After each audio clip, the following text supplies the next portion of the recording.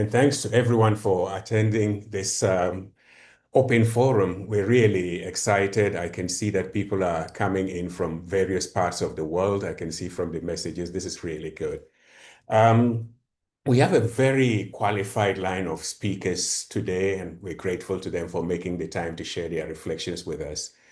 This webinar is titled A Solidarity of the Shaken, and from despair to collective action. We're going through difficult times in the global health space. Contours are being redefined. And what we had taken for granted for a long period of time, whether rightly or wrongly, is being deeply challenged. And amidst all this, we often hear calls to solidarity, especially when there are difficult moments, moments of conflict, moments of disease outbreaks. But what does solidarity really mean, and what can it do in this context? This is what we're going to try to explore today with the help of our panelists and also with the help of everybody participating in this open forum. What can we really do coming together in solidarity beyond the rhetoric to make a difference? Or is it impossible? These are some of the questions that we'll be asking. This project is part of a Wellcome Trust funded Discovery Award. And as Julian mentioned, led by the University of Ghana. I'm the PI of this project. But we also have with us some of our co-PIs who are also on this call from the University of Cape Town, Jantina de Vries, from the University of Vienna, Barbara Preinsack, from the Catholic University of Australia, we have Bridget Pratt, and from Western University, Canada, and from the University of Costa Rica in San Jose, and also other collaborators like Uni Karunakara. And what we're trying to do in this project is to understand how solidarity is lived and practiced in different parts of the world, and what we can learn, especially from, let's say, indigenous communities. What can we learn from them and bring this to help us in our efforts in the global health space? But I'm not going to go on for too long because I think the best thing to do is to listen to our speakers. So the session is going to be divided into three sections. The first section will listen to people who are working above all in research. The second section will listen to two speakers who are speaking from the CSO and community and the communities. And then the third section will be our funders in the global health space. And between each section, there will be time for questions and answers. So I'll start off with the first section. We have two speakers. We're particularly grateful to Professor Sheya Abimbola. You won't believe me, it is very late where he is in the other part of the world in Australia, but he has decided to stay up, up to this time, almost 11 p.m., just to be able to speak to us. And Sheye, after you speak, we will allow you to take your deserved rest. So just to introduce, Sheye is a Nigerian health systems researcher based at the University of Sydney in Australia. For many of you, Sheye does not need an introduction. He has held several distinguished appointments, thinker in residence at the Alliance for Health and Policy Systems at the World Health Organization, listed as Vox's Future Perfect 50 Thinkers. He was editor for the BMJ Global Health for 9 years and really took that journal from zero to become a leading journal in the global health space. His publications, The Foreign Gaze, many other papers, we've read them and we've all made use of them. And I think we will have a lot to learn from Sheye this afternoon. And together with Sheye, we have Professor Judd Wolson, whom I had the pleasure to meet a couple of months ago at Johns Hopkins University. Judd is the Robert Black Chair of the Department of International Health and serves as Professor of International Health Medicine and Pediatrics at Johns Hopkins University. His work is extensive. His focus is primarily in ways of identifying how to reduce mortality among acutely ill children in low and middle income countries. He has worked in various African countries. If you want to list I mean, you can go up to, more than 20% or 15% of the African countries. And he's also involved in many large, multi-country research projects. And these are the projects that today, with the funding cuts, are also facing so many difficulties in keeping up these collaborations and developing capacities. So I'll start the webinar or open forum by throwing a question at Sheye and Judd so that you can get us going.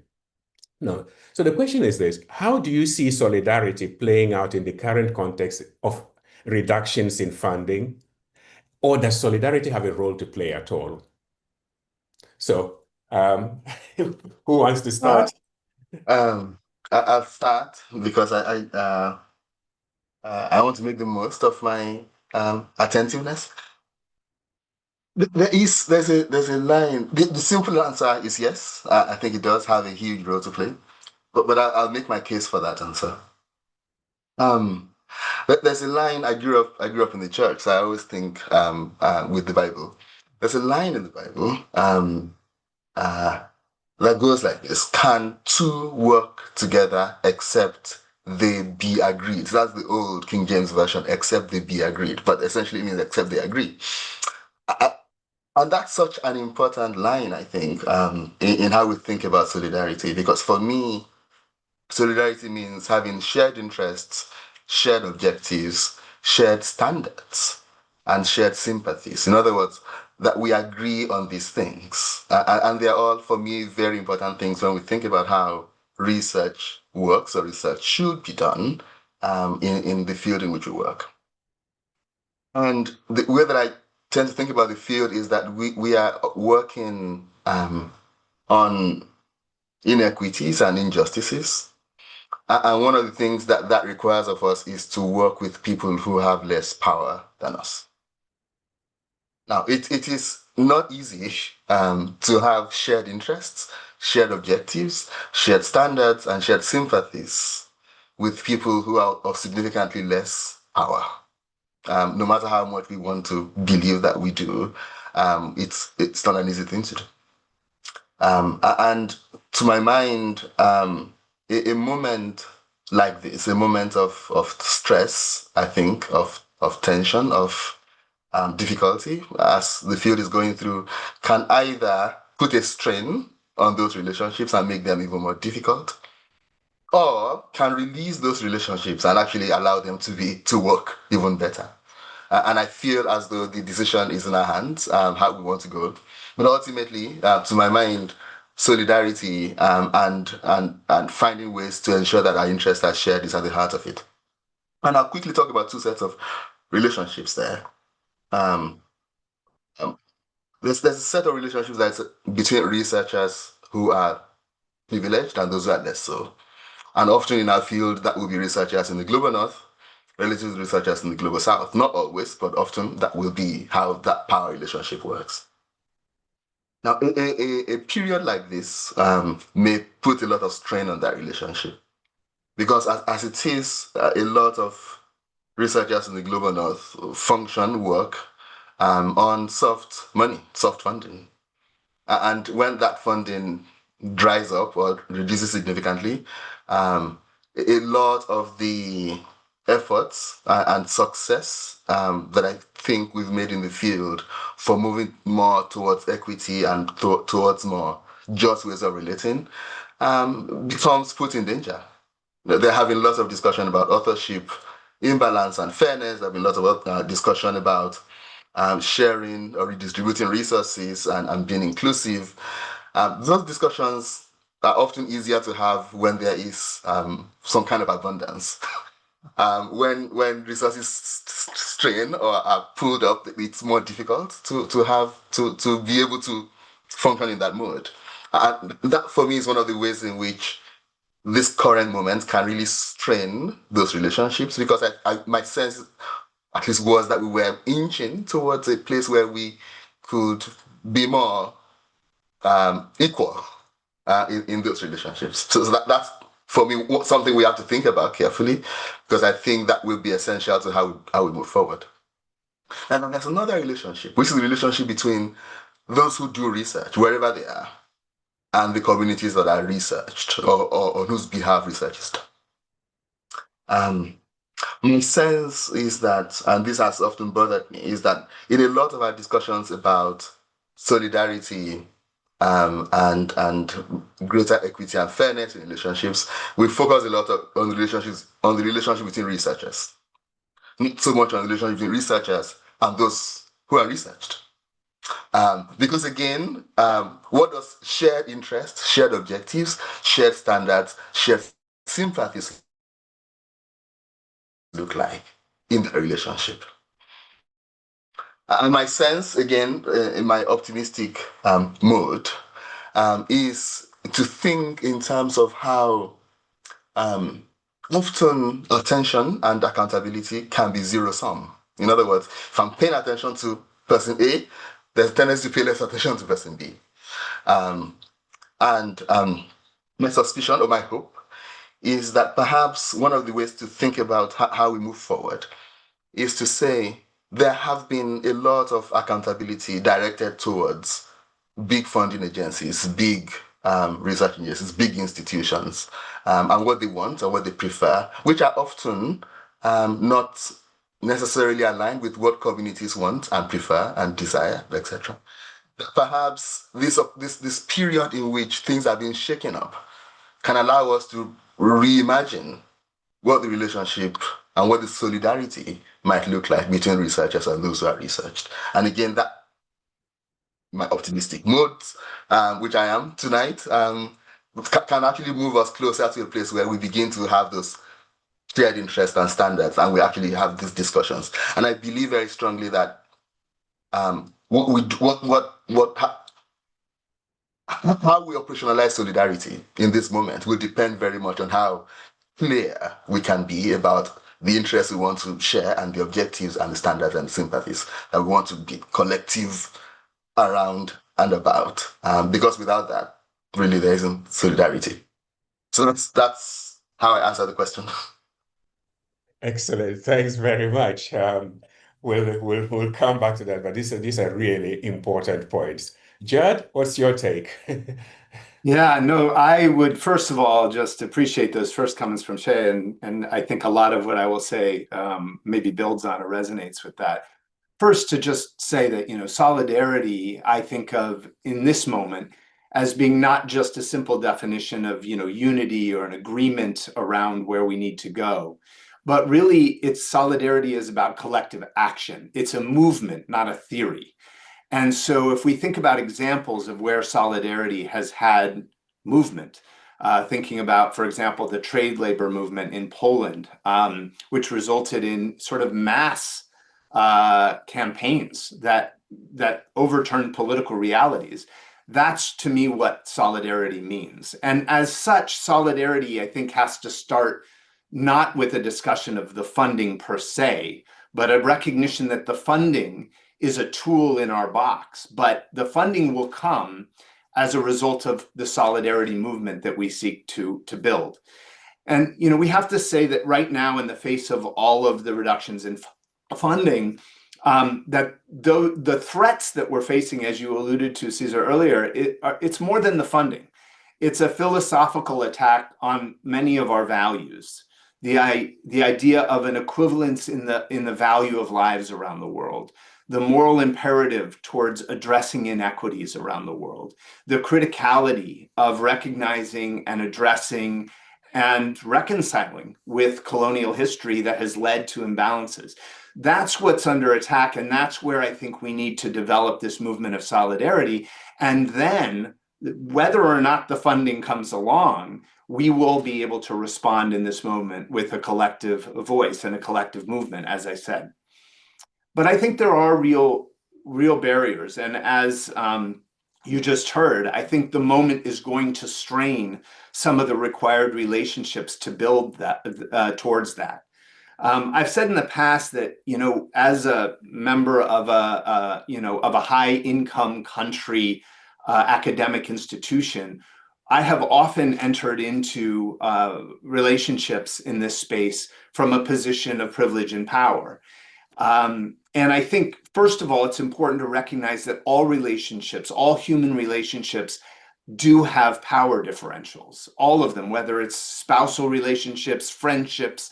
And I think we have to get to a point where we acknowledge that the goal needs to be able to manage those power imbalances in a more constructive and equitable way. But we're not going, I don't believe, we're going to be able to completely dissolve those power relationships. So we need to manage the power, but also to recognize that the decision to share one's power is itself an exertion of power. So when I decide that I want to engage in more equitable relationships and share authorship or whatever that is, if I'm doing that from a position of power, then my decision of what to share, how to share it, who to share it with, those are all exertions of power. And so now in this moment where things are really disrupted, I think we're seeing, as we heard earlier, a tension here that's being exposed maybe in more detail than has been in the past, because it's not so clear where that power lies. And we have a concept in the US, that was brought up by a sociologist, D'Angelo, back in 2011. It's a concept called white fragility. And it's really when individuals, particularly white individuals, are exposed to stresses around racism, that often leads to a defensiveness that manifests as anger or fear or silence, or trying to exit the situation. And I think in some ways, we're facing a similar sort of fragility. Maybe I don't know what the right term would be, but a sort of a partnership fragility, where we're seeing a response from those in power of defensiveness and of fear and of silence in the face of a common threat. And I think part of this solidarity movement needs to be recognizing and addressing that very real fear on both sides, on the side of those who traditionally have held more power and those who haven't, and coming together in this collective moment to agree on our common vision and mission, but to do it in a way that recognizes how those power relationships can be managed more effectively to move us forward. So lastly, I'll just say, I really do very much believe that the goals that we all share and the philosophical values that I stated earlier are what bring us together. And in so much as we can remain focused on the necessity of working together towards those goals and the necessity of improving lives and livelihoods around the world for everyone, then I believe that the solidarity we can manifest will be coming from a place of common movement. And that's where I think we'll have the opportunity to have impact. And I truly believe that eventually, because I know that the problems we face are not going away, and in many cases will be exacerbated over the next few years or decade, that the funding will manifest itself as a necessity to respond to the realities of the world. And so again, just in closing, I would just say, let's start the discussion of solidarity as an important and necessary vision for how we move forward the agenda. And I really do believe that the funding will follow. Thank you. Excellent. Two very powerful interventions here. I'd like to just invite our attendees. If you have questions, you can always put them in the question and answer section, or if you raise your hand and I see you, I'll be able to call on you to speak. But as you can see, we've had two important presentations. Sheye speaking about, the shared interests, shared goals, objectives. And I quite like that point of also talking about accountability to communities. I think that is very important because sometimes it can become a self-centered interest discourse of us academics just talking among ourselves and not looking in the right place. And then the idea that Judd underlined that, look, these are about relationships, and in all relationships, there is power. And managing that power equitably is important. And then the idea, I think this is very important, solidarity is an action word, that this is a movement. It's not just a discussion. We need to get doing something. So I'll open the Q&A and also the hands up. I can see some hands up. I'm not a very technical person, so bear with me if I'm a bit slow. I see Allah, if you can, ask your question, and also if you would like to turn on your camera too, that's fine, so that we can see you, and just tell us who you are and where you're from. That would help. Fantastic. I hope you can hear me well. Yes, we can hear you. Fantastic. Yeah, I don't have the option to turn on my camera, but I'm very delighted to see you and the panelists. My name is Ella. I'm a doctoral researcher based at Center for Global Health Research here at Oxford. And I think I just wanted to thank both panelists for the really insightful comments. Perhaps my question would be to share on shared visions and shared objectives, shared sympathies, and listening to that, it does sound aspirational in a little bit, because conflict is inevitable, and I've seen it. I come from Sudan. There's a humanitarian crisis going on. There's so much solidarity and collective action on a local level, but there's also a lot of conflicting interests that manifest. So my question becomes, how can people from different ideologies, races in some instances, or even just different social class, bring themselves to solidarity and work together for collective action? It's a really, really good question. And I will be brief. And I too have been in situations where interests are not fully aligned, and in which objectives do not fully align, in which our standards, in other words, the things that one might say constitute a basis for the kind of collective action that solidarity ought to inspire, it's not fully shared. But the way that I think about this is to begin first with just the simple fact that we are all human beings, and there's something basic in that. In other words, we share at least the interest of the value one might expect, at least for most of us, that human beings deserve dignity, that freedom is essential and important. Again, we can differ on the edges of what those things mean and what they require, but there are basic things that most of us will agree on. Now, and that there are ways to be in solidarity with people with whom one does not fully agree, or with whom one does not fully agree today, right? Because there's also that possibility, which I'm always very open to, that people change, people learn, people think, that people are not static. That I can empathize with people who want to kill me, while at the same time, of course, trying to kill them back, if I have to. But in other words, that we don't have to agree on everything, but we can agree on the basics, and there's a lot of basics on which we can be connected. And certainly the dignity of every human life, and every human's desire and quest and yearning for freedom is where I anchor what those basics look like. Excellent. Thanks, Shay. Judd, do you want to add to that? Oh. No, I mean, I would just, maybe one thing I would say is, I think in our world of health, many of us are trained in a scientific tradition. And we're trained to evaluate options based on sort of how we interpret evidence as what the best thing to do is, which leads us to a very binary way of thinking about choices.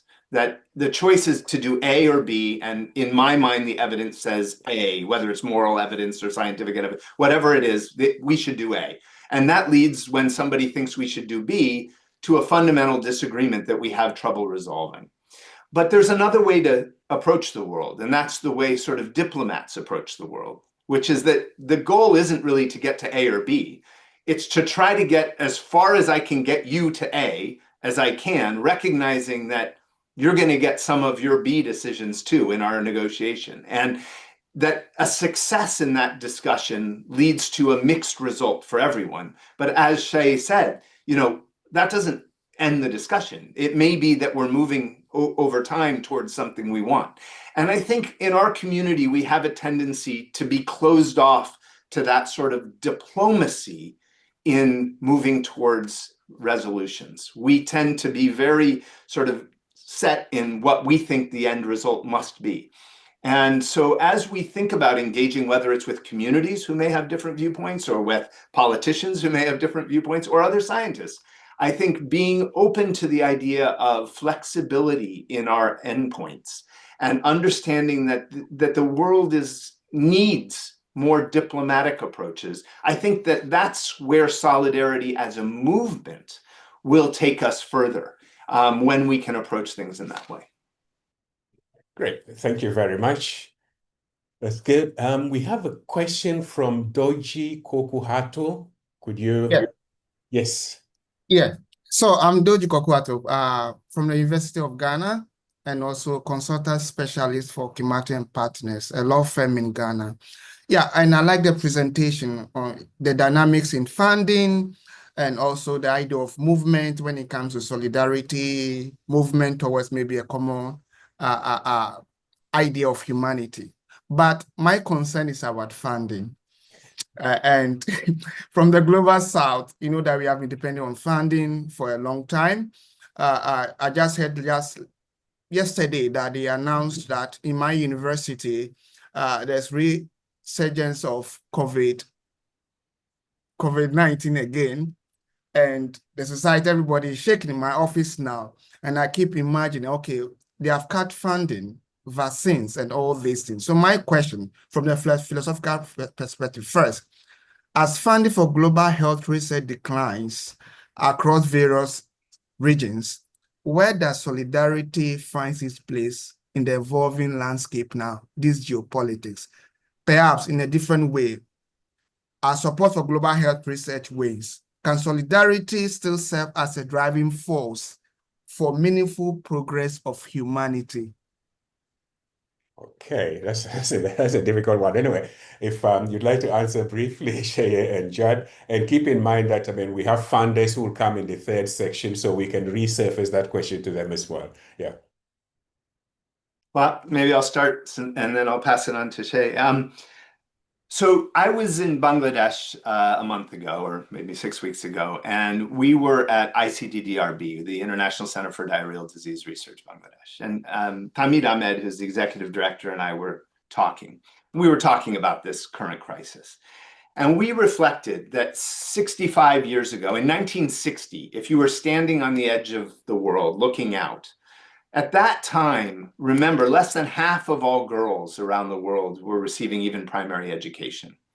At that time, child mortality, maternal mortality was 3 to 5 times higher than it is now, 1960. At that time, there was no USAID. There really was no global financing architecture for health. There was no ICDDRB. There was no Johns Hopkins Department of International Health. There was not, think of all the institutions that were affiliated. How many of them existed in 1960?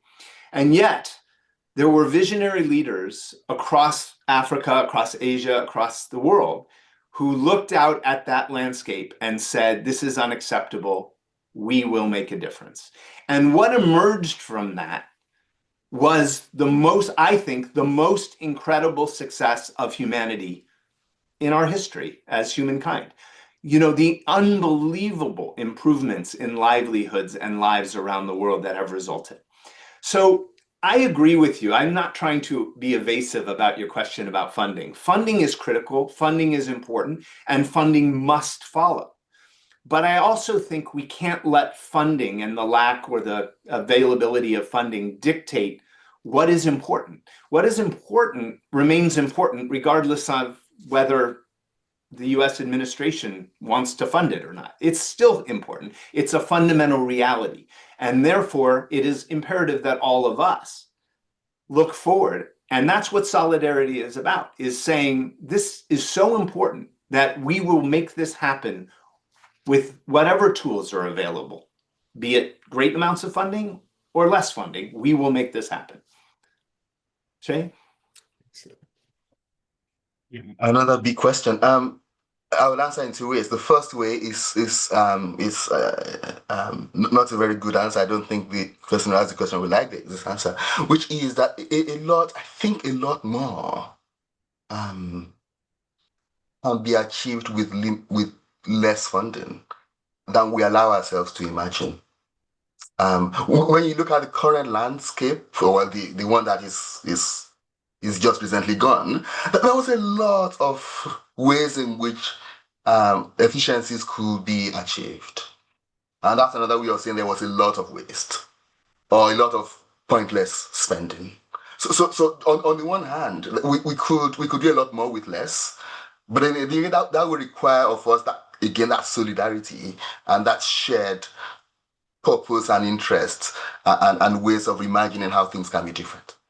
Now, the second way to answer that question is to go back to the reason why countries in the global south need transfer of money in the first place, and just how little that transfer has been historically. It's not, there's a tendency for us to think that the money that comes to the Nigeria, Ghana, Zambia, Malawi, etc. is big. It's not big, right? And again, I will point your attention to there's a nice analysis by IHME. I don't like IHME, but I like this analysis. So this analysis sort of shows that in low-income countries, right, about $11 per capita is spent on health in a year, right, from foreign aid, and 10 comes from within the country. It's about $21 per capita. Compared to high-income countries where the number is about $5,000 per capita.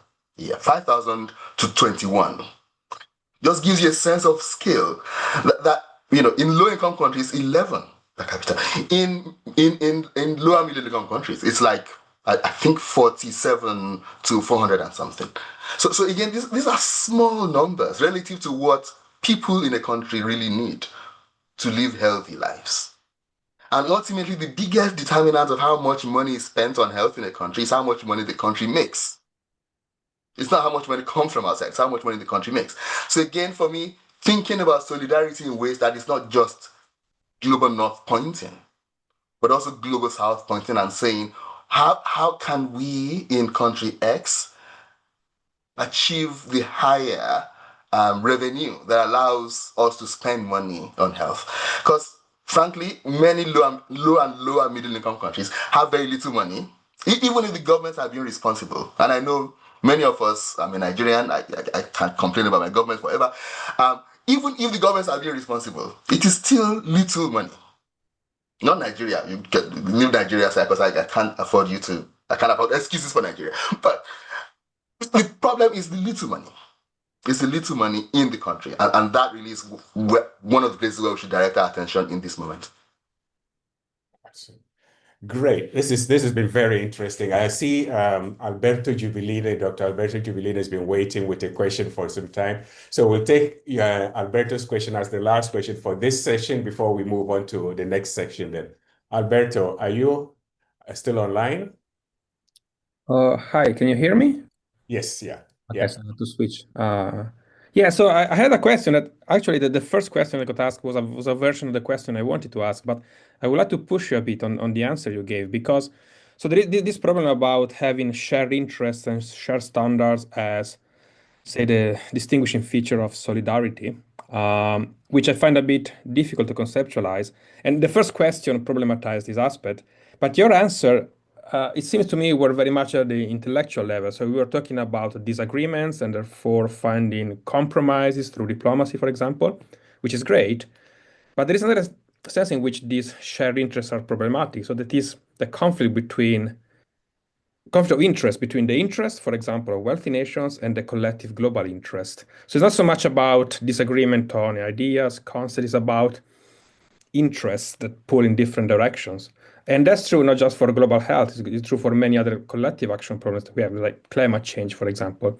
It's almost never the case that wealthy individual, wealthy country sacrifice something for the sake of the collective, or if they do it to a very, very limited extent. Same with foreign aid, for example. So I wonder if solidarity is, after all, a useful concept if it needs to be something about shared interest, because it seems that these shared interests simply don't exist. Now, we can agree in principle on what should be done, but because interests pull in different directions, for example, about allocation of resources globally, it's always the case a wealthy country wants to keep more resources for themselves. We saw it in the case of distribution of COVID vaccines, for example. So I wonder if you can say something more about to address the challenge, not so much at an intellectual level, but at the level of conflict of interest, individual versus collective interest. Thank you. Great. Thanks. I mean, if you could just be brief with the answers so that we'll move on, if you don't mind. This is really interesting. Alberto, that's a difficult one you asked. Yeah. Well, quickly, I can just say, I mean, Alberto, I agree with you. I think there is often misalignment of interests, but I would disentangle the difference between having a shared set of values and a shared set of interests. I think those are different. I think we can agree on a shared set of values. For example, I think most people, not all, but most people would agree that we don't want infectious disease threats spreading around the world and threatening populations everywhere. Now, the interests and sort of how we apply that may differ. For example, in the US, there's a big debate about, vaccine mandates. But when you get down to it, on both sides of the political divide, there are many interests. And people disagree about whether we should mandate vaccines. But there's actually not a lot of disagreement on the idea that we need everyone to be vaccinated to protect the population. People on both sides of the political spectrum agree that that has to happen. The disagreement is around the interests about whether everyone should be mandated by the government to get vaccinated. So I think by breaking this down, if we have a shared set of values, then we can negotiate the interests. And that's to what my point was earlier, that we have to be willing to approach those interests in a diplomatic way. Shay? I don't think that I'm necessarily in solidarity with the government of the United States, whether today or 10 years ago. In other words, I don't think that the people who run the US care very much about Africans.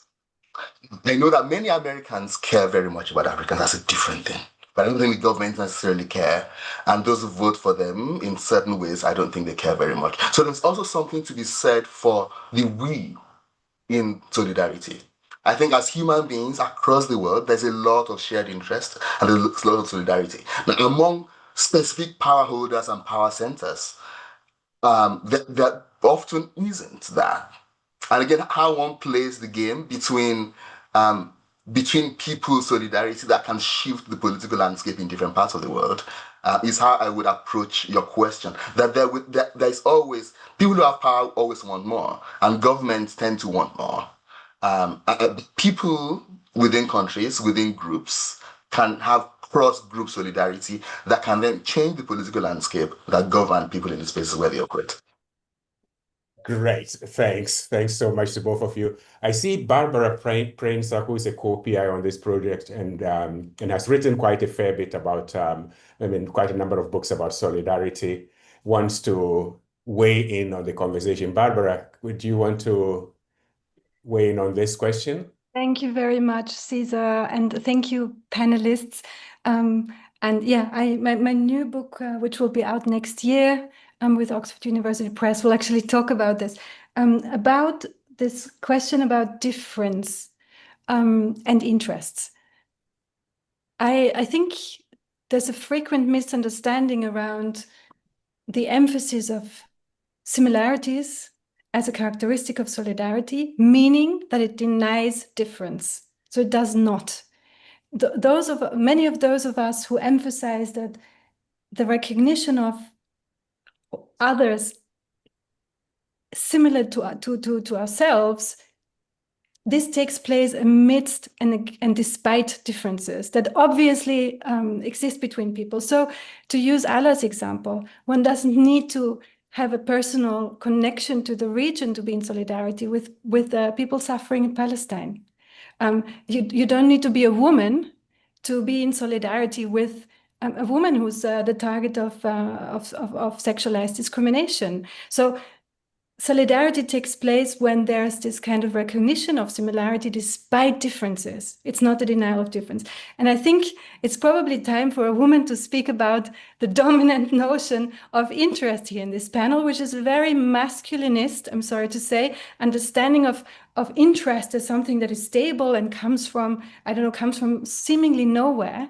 Interests are shaped by our relationships to other humans and non-humans, even to our artifactual environments. So interests can also be shaped, and they come out of, very often also, partly out of sort of political rhetorics. If you live in a country, or if you grow up being told all the time that certain people are different from you, it will be more difficult to see similarities, and your interests will be correspondingly that you may see yourself in contrast to others. So I'm not saying everyone is equal. I'm not saying we're all the same in every respect. I'm saying that solidarity takes place despite and against the backdrop of difference, but saying that solidarity revolves around people recognizing others as similar to themselves is quite important, because otherwise we lose the analytic value of solidarity. Otherwise, solidarity is everything that's kind of good and nice, right? So that's why I think it's important to maintain that this kind of connection and similarity is quite important to solidarity amidst difference and struggle and inequality, which we must not be blind to. I fully agree. Excellent. This has been very, very, very rich. Thank you very much, Sheye and Judd. Sheye, thanks again for staying up so late for us in Australia. And with this, I think we'll move on to the next section. Time is moving very fast. So we'll have with us Georgia Nicolaou. She's the co-founder and executive director of the Instituto Pro Común. And as a co-founder, she draws on more than 20 years of experience in community innovation and cultural policy to advance a more just and cooperative world. Her work spans different areas: climate justice, feminist economies, civic engagement, and includes various leadership roles at Brazil's Ministry of Culture, as well as collaborating with global partners. We're to have with us, Mercy Mwangangi in this section, but unfortunately, Mercy couldn't make it today. So I'm sure Georgia can guide us in our reflection on this second question that we have for us for this part of the forum. And the question is, Georgia, if you would like to talk to us around this topic. Civil society movements or organizations have a history of enacting solidarity to establish change and achieve transformations. What lessons can we learn from the bottom-up approaches to promote greater equity in global health? I know it's a broad question, but yeah, you take it the way you want to take it. Thank you. Do you hear me well? Yes, we can hear you. Okay. So first of all, thank you for the invitation. I had the pleasure to meet the research that you're doing during an Atlantic Fellows convening last year in Colombia with Julian. And I feel very grateful also for being in this space, because I'm usually not in the global health space, let's say. But it's been really interesting to hear my colleagues and to find our shared questioning around the world, and also reflections, critical reflections, and the nice and healthy disagreements that we've seen, which I think are very, very welcome. So my name is Georgia. I'm speaking from Brazil. I'm from São Paulo. I lead an organization called Instituto Pro Común. Pro Común comes from the word commons. So we, since the beginning of the organization, we have been putting commons at the center of our practice, of our values, and of our investigation as well. And what we understand as commons is a quite, let's say, similar in some ways of how you understand solidarity, I think, right? I think, first of all, I think why we chose to do this work, I'm just telling that because I think it makes sense to the bigger conversation we are having. I think there's a crisis of decollectivizations of the action, right? We have been captured. And we can even think of possibilities and solutions that are out of an individual trajectory of either consumption or the bureaucratic relation of the state or multilateral agencies, etc., right? So I think reclaiming the commons as a political practice is also remembering that, you know, we are capable of living in collective, and that can also be practiced, that can be learned. But also believing and choosing collective action does not make it less complex, full of contradictions, right? So it's not an idyllic solution. And that's something sometimes it bothers me when we're speaking about solidarity or commoning or etc., such as like a idyllic solution where ideally everybody is just gonna be friends and make peace. And that's not gonna happen, never, right? So we are all different from each other, and that shouldn't be a problem that we have to move on, but we have to work within our differences, and that's our value, right? And what we do with that. So what other technologies, social technologies we can develop to work within our differences for collective solutions. And commons for us also weakens the totalizing beliefs and hopes placed on the state and the market, because it shifts the center of the discussion to the relations we establish in every day, and that most of the time in an invisible way sustain our life, right? And I think feminists and indigenous and Black feminists, you know, they have been teaching us that from a long, long time. You know, what is sustaining our life is our relations. This is what sustains life. And from relations grows United Nations, Oxford University, and everything else, right? So the driving force is a necessity of relationships, but it's also a system of beliefs that go beyond materiality, right? So the point of arrival is not a given because it's being made as we relate to each other and in this world, you know. And I think that the way Procomum also sees commons is the commons itself, right? Like as the natural resources and as the world and the air and our languages, etc. But it's also a governance system operated by a network that connects users to their communities and to the planet, right? But it's also a political process that calls for action, but can also be an economic alternative that generates relations of reciprocity within the communities, being that local or global. Also generates generosity and solidarity, favoring the value of use as opposed to the value of exchange.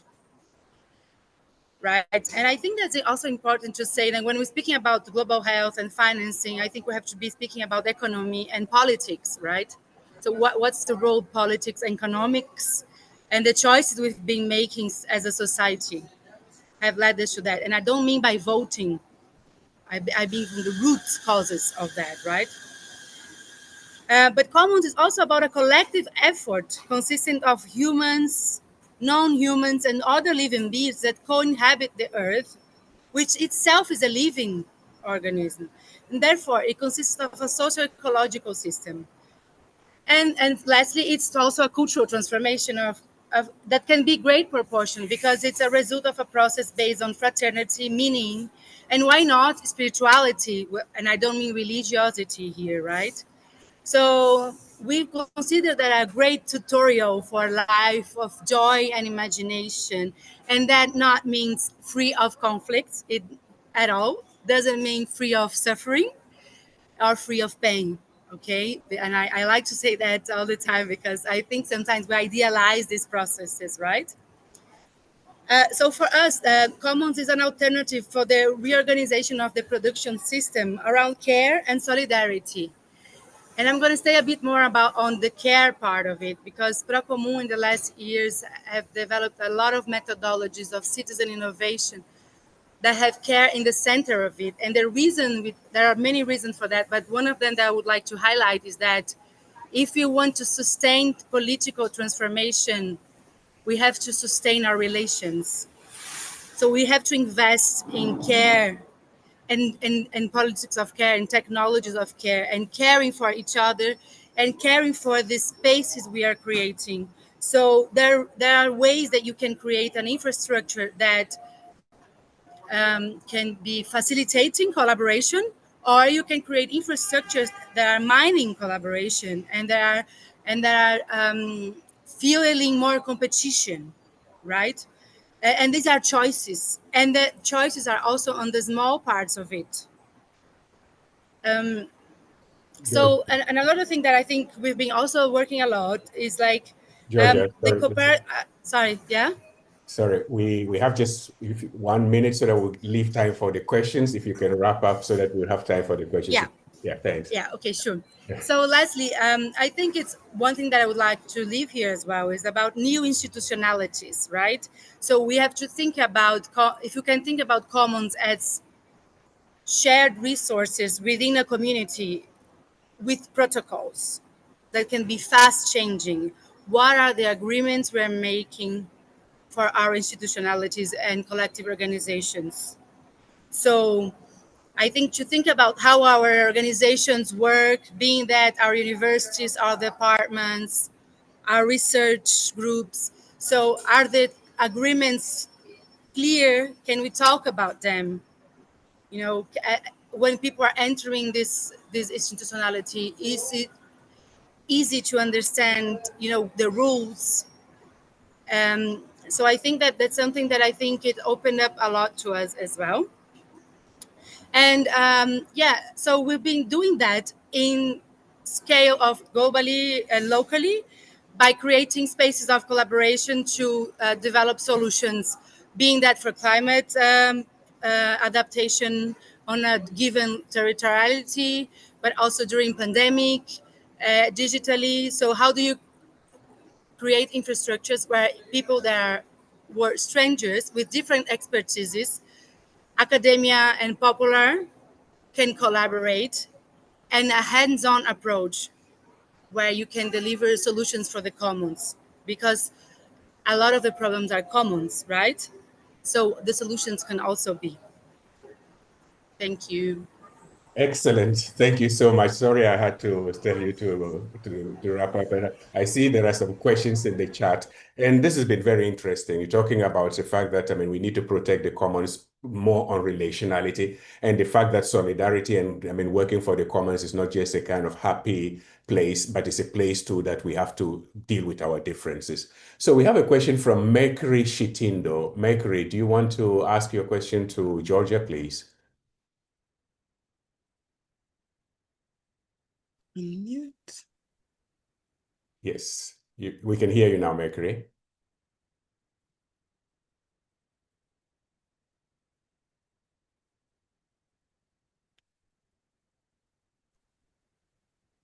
Sorry, I don't know what happened there. Yes, we can hear you. You go ahead. Thank you. Thank you. I'm Mercury Shitindo from Africa Bioethics Network. I guess my question is that sitting from where I am, and I don't know if other people are feeling the same way I'm feeling, is that sometimes when we are discussing solidarity, like when you're also talking about commons, sometimes it tends to start becoming very technical from how we understand it. Is there a way we can be able to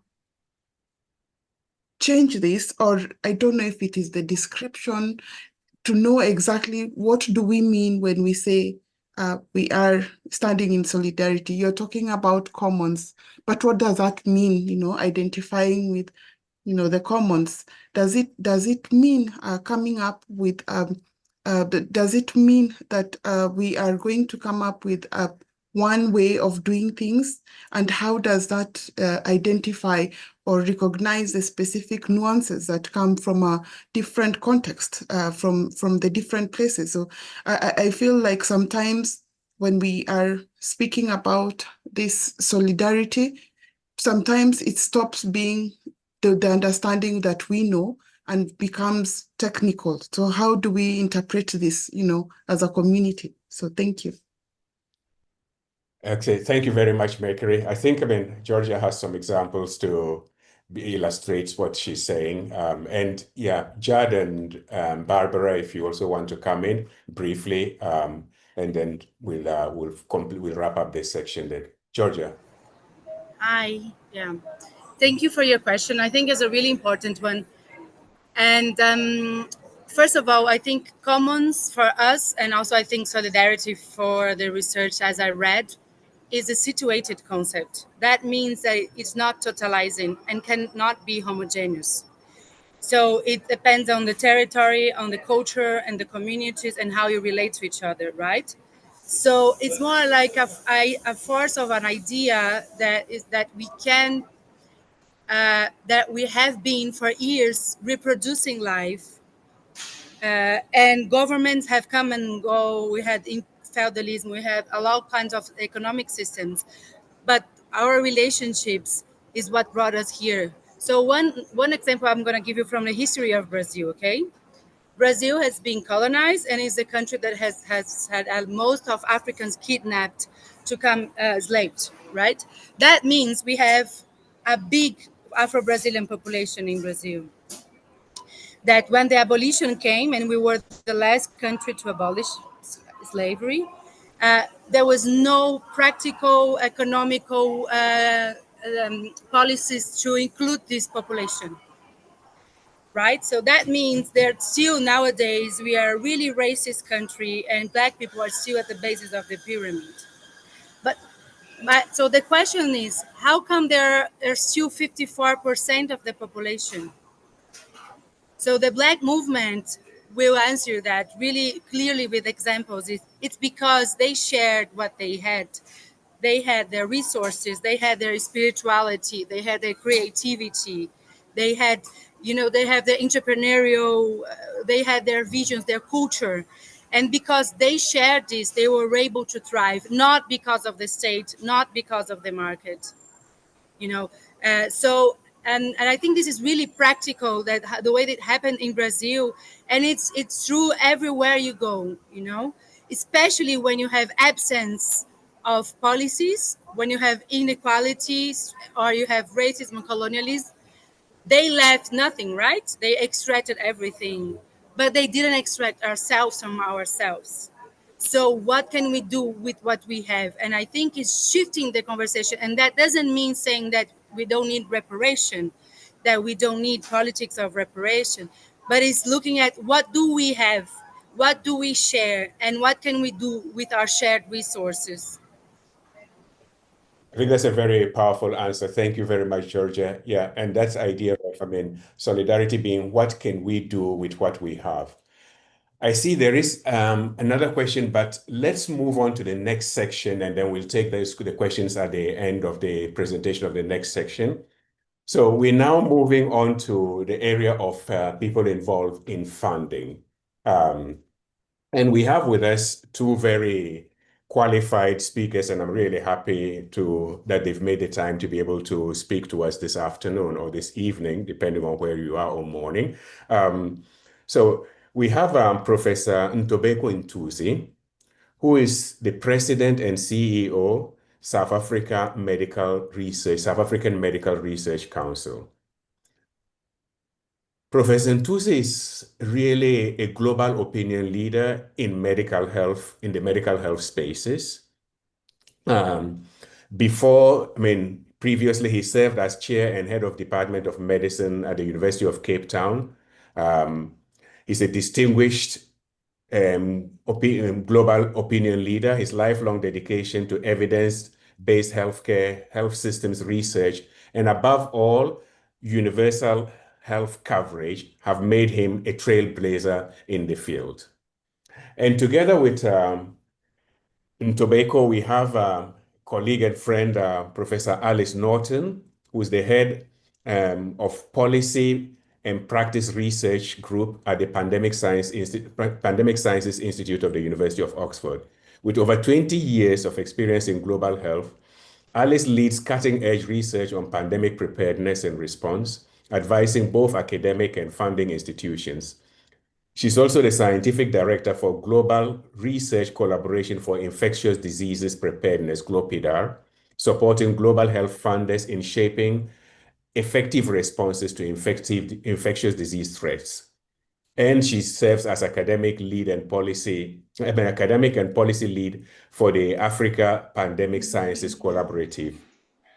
Alice has a lot of experience in the field of policy. Alice a beaucoup Funding. d'expérience. Sorry, I can hear the French translation. and policy and funding. So I'll hand over to Professor Ntobeko Ntuze, and then Alison, you have about 5 to 6 minutes each, and then we'll have the Q&A. Thank you.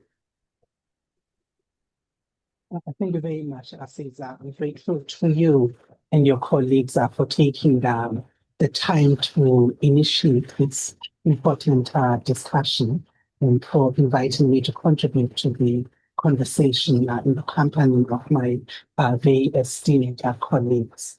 I agree that the world we live in today has changed drastically, and we are witnessing daily greater suffering, greater polarization, greater suspicion for international collaboration, and ever-receding global solidarity.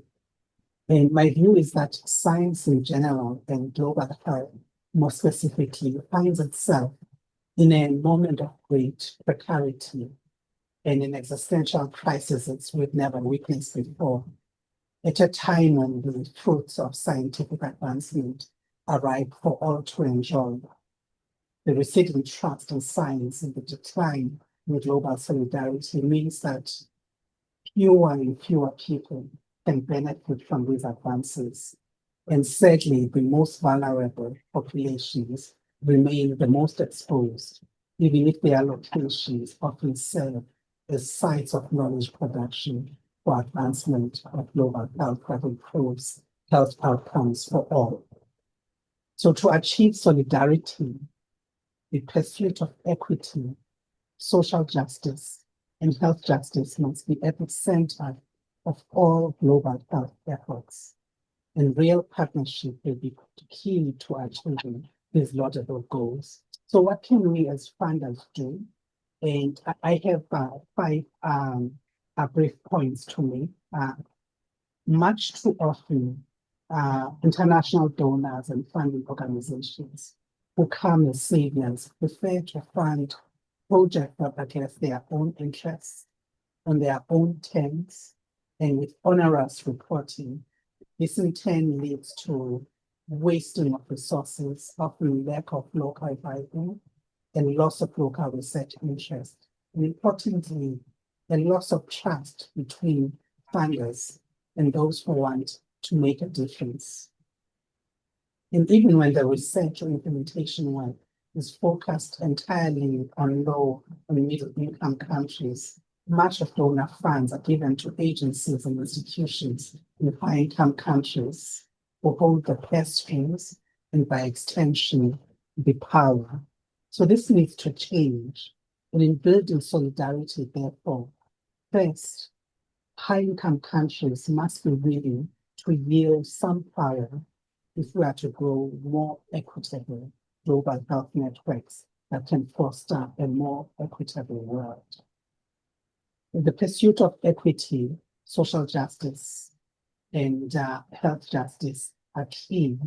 And if we are trying to achieve this, we need to address the intersecting systems of privilege and supremacy that continue to limit our ability to achieve such equity and justice. And it's important to keep in mind that inequities are not only about the needs and concerns of the disadvantaged, but also the systems that create and perpetuate these disadvantages. And funders need to recognize that the current structures in global health benefit high-income countries, even when that work of science is completed in the global south, a collective I prefer to refer to as the global majority as its home to 80% of the world's population, and on whose back the careers, the status, and prestige of many global health actors, scientists among them often runs. So two, those of us who have a voice in global health should collectively affirm our ownership of the field. The global majority, I feel, need to claim the space in global health that belongs to them and is proportional to the size of their populations, the size of their knowledge, and the size of their problems. We need to convert the opportunities we receive into opportunities we can give, weaving networks of solidarity with peers and building collaborations across the global majority without necessarily dismantling North-South partnerships. In many settings in Africa, for instance, universities and research institutes are much more likely to have high-income country than in-country or in-continent collaborators, which are essential for solidarity and learning across regions and countries. And so funders can play a really key role in enabling these partnerships amongst those within the global majority. And within all communities, there's also a need to engage and foreground the voices of women, frontline workers, and people with lived experience, since they are often invisible in national consultations and committees. Three, low and middle income country governments and institutions need to invest more in their own healthcare delivery, their own health research, and their own health training to reduce their dependence on high-income country donors and philanthropies. And this will ensure that funding is better aligned with national priorities. In situations as we have witnessed recently, where countries like America can weaponize programmatic global health funding due to their substantial influence, resulting in instantaneous loss of livelihoods, care, and lives for millions world over should never exist.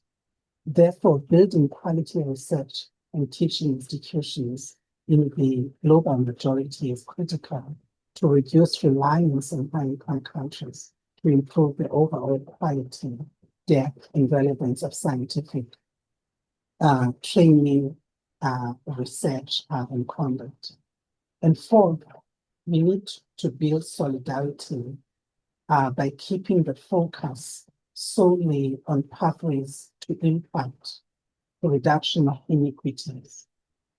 As funders, we can influence how the academy incentivizes research.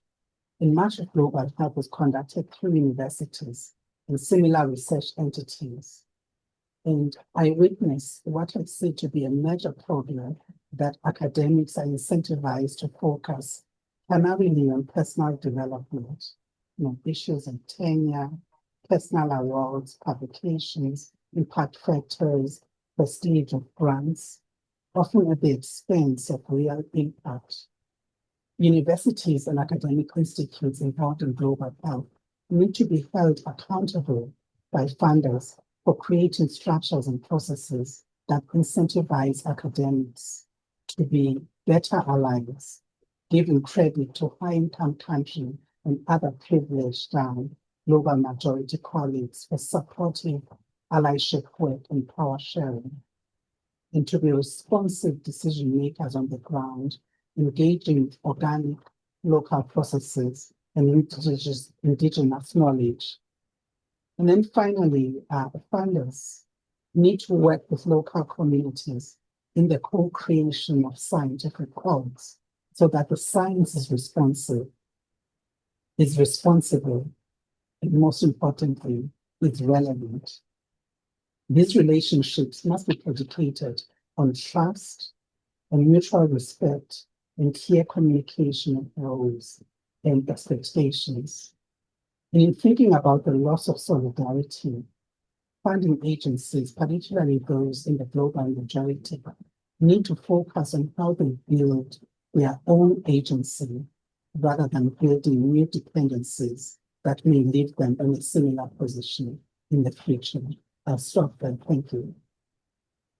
Great. Thank you very much, Professor Ntusi. This was very, some very important points there, those 5 points. So, Alice, over to you, Professor Alice Norton. Thank you, and very helpful to go after Professor Ntusi. He's covered a lot very, very well. I'll therefore take a slightly different approach. So in terms of my positionality on this, I have been a funder. I worked for the Wellcome Trust for 9 years, but now I do a lot of work with funding organisations. So I've worked with a network called the UK Collaborative on Development Research for several years, which brings together all of the UK funders to try and improve the coherence of their ODA research spending. And then also more recently, obviously, I still work with the Global group of funders, which brings together 35 of the global research funders to, again, improve the coherence and the impact of what they do for pandemic preparedness and response. So it's that lens that I bring in now. So I don't speak as a funder, but I speak of, due to the interaction support to funders and also research on funders, do a lot of work to track research funding and, particularly looking at tracking those funding cuts at the moment. So one thing I wanted to start with is how research funding is seen. The framing of the question we were giving for this is that it isn't necessarily usually seen in the context of solidarity. It's seen as aid. That term, ODA, Overseas Development Assistance, is clearly one that is used in the funding field, and it's particularly that is being cut by many countries around the world currently. What I'd like to say in respect to that is I think that the framing of that and research isn't necessarily so obvious. Research is primarily about developing new concepts, finding new ideas, finding solutions. And to me, that has more of a basis to solidarity in it than the idea of aid. And I think this is useful at this time of overseas development assistance cuts, is to fall back on the framing of what is research for. And if you see research as for the generation of knowledge, and if that knowledge is of use to multiple partners, some may be high income, some may be low income, but that is to answer shared problems, then I feel that is a potential route by which we can get out of some of the current issues of research funding being seen as aid by reframing it as it being seen as providing solutions to shared problems. We're in the early days of that, and we'll see how that progresses. One other way I thought it was quite useful to think about this is from the individual funder's point of view. So I know the Wellcome Trust most well, who are, of course, in a privileged position of being a philanthropic organisation with a lot of money, with limited geographical capability, restrictions and such. Like, not all research funders are in that position. But despite that, there's been quite a lot of thinking, which I think could be seen around the idea of solidarity, around how research funders could improve their processes. So if we start with the life cycle, the first thing that research funders do is they identify priorities. And they come up, usually that goes into the call text. Where are they going to put that funding? So there's been a lot of work on how those priorities should be identified, who should be involved in the setting of the priorities, and whose priorities those should be. In particular, a lot of guidance coming out about the importance of the end users in it. And I'd also point people to some really exciting guidance that came out this week from the WHO on ethical research prioritization that's specifically pointing at funders. So, at that start of the research funding cycle, there is the opportunity to improve solidarity by being inclusive about who sets the priorities. Then the next step of that cycle is the setup of a funding call. And again, there's a lot that funders can do there. Some funders are restricted in the geographical remit, and that comes, implicit within their setup and their laws. But for those that are not restricted, thinking clearly about that and the setup of the call, and where there are going to be partnerships between countries, looking at guidance prospectively in the call about how to make those partnerships more equitable. And that's where, again, there has been a lot of work done in the funding sphere around what equitable partnerships look like and how funders can improve those. And again, there I point to a piece of guidance that was put together by the Essence group of research funders in collaboration with the UKRI, UK CDR, that covers aspects of that. And again, what funders might be able to do to support prospective thinking about equity and partnerships that could, with it bring the benefits of solidarity. The third stage of the research cycle is the funding panel. And again, there's things that funders can and do in terms of how decisions made and who is making decisions. It inherently, but through the peer review pool and through who sits on that funding panel, value judgments are made, choices are made by the individuals chosen, and therefore thinking really carefully about the makeup of those decision makers is another way to improve practice and potentially improve solidarity in that. We then get to the sort of end of the funding cycle, which is disbursement of funds. And this is also where there is a lot of potential for improvement. That I remember well at Wellcome, the disparities in how rapidly funds could be dispersed to different areas in the world, and the area that I'm particularly interested in, which is epidemics and pandemics, that can cause real issues in terms of who's chosen as a partner if timeliness is important. So again, that's a real area of necessary focus in this, is how one can, especially in fast-moving situations, create environments in preparedness that don't result in inequities in terms of where funding can flow rapidly in those emergency situations. And again, there's some programs that have been put in place around that, like the Good Financial Grants Practice program. And I'll just close with talking also about a few multi-funder initiatives. I think this is sort of in the funding space where there's also some good examples of solidarity coming through. When I was at Wellcome, I was reasonably involved with an initiative called the India Alliance, which was a joint funding partnership between Wellcome and the Department for Biotechnology in India, with funding being put in by both partners, shared design and shared decision making, and the kind of the power dynamics and the benefits that were seen by both partners in that scheme were notable. Other notable schemes being the EDCTP funders scheme, which brings together both European funders with African members, also all putting funding in and with a shared governance around that funding.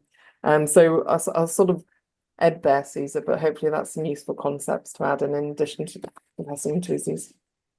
Yeah, absolutely. This has been great. I mean, on the one hand, listening to Professor Ntuzi's reflections about ownership, which helps also with the priority setting, and then Alice talking to us about the whole chain, the funding chain, and where you can actually intervene with more solidaristic or solidarity-like principles. I think this has been quite useful. I see that there were some hands, there were some questions, hands up for questions. So yes, Doji, you seem to be focusing a lot on funding, you asked earlier, so this is your chance now.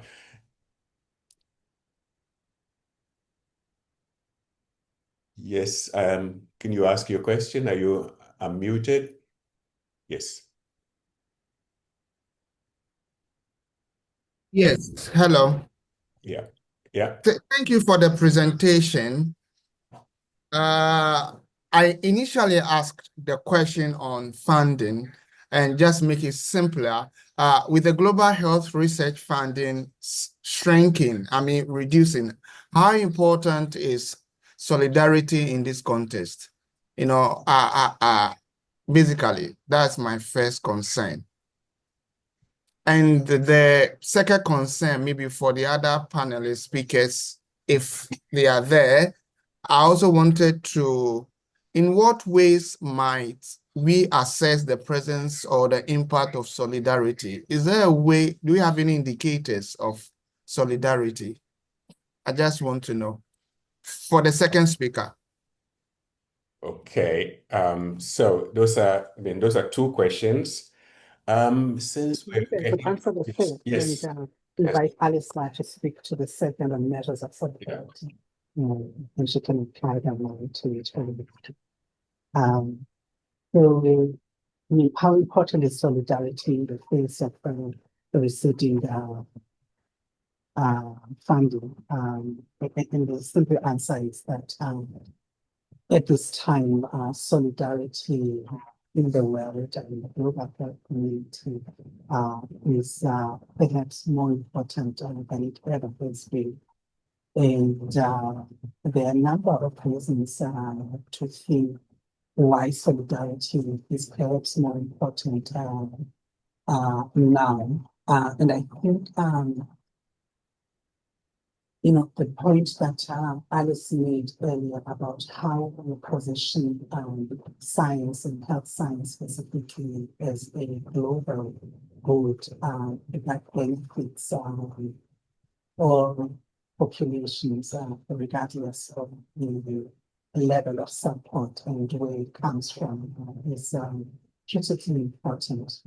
But also the solidarity around the prioritization of the important questions that we ask with science, the solidarity around how new knowledge is generated or how existing knowledge is applied, and the solidarity around how we curate and translate that new knowledge so that its impacts are realized. And when I look at the examples of how science has been impactful, there is a necessary collaboration between multiple sectors in different parts of the world to enable that translation into impact. And that for me is what scientific solidarity looks like. And I think it's critically important at this time. And I think as I've tried to make the point in my earlier comments that funders can play a really important role in influencing those moral and ethical commitments to this kind of solidarity rather than kind of speak I hear whenever I speak with colleagues, particularly from funding agencies in the global north who want to understand constantly purposes for their own populations, which is a very big field. So I'll stop there and Alice, over to you. Thank you very much. Alice, you have the final word in the last few minutes. Excellent. So indicators for solidarity. I am aware of indicators for equity. I am not aware of indicators for solidarity, and I think it's a fantastic question that I'm hoping Caesar will answer. So she's handed the question back to me. Maybe we'll talk about that at the next open forum. We're almost at the hour. I know there are one or two more questions, but we will not be able to take them. If you can share them in the chat or via email, we will be able to answer them. But I just want to thank our panelists today. Sheye, who I guess has dropped off because it's now past midnight in Australia.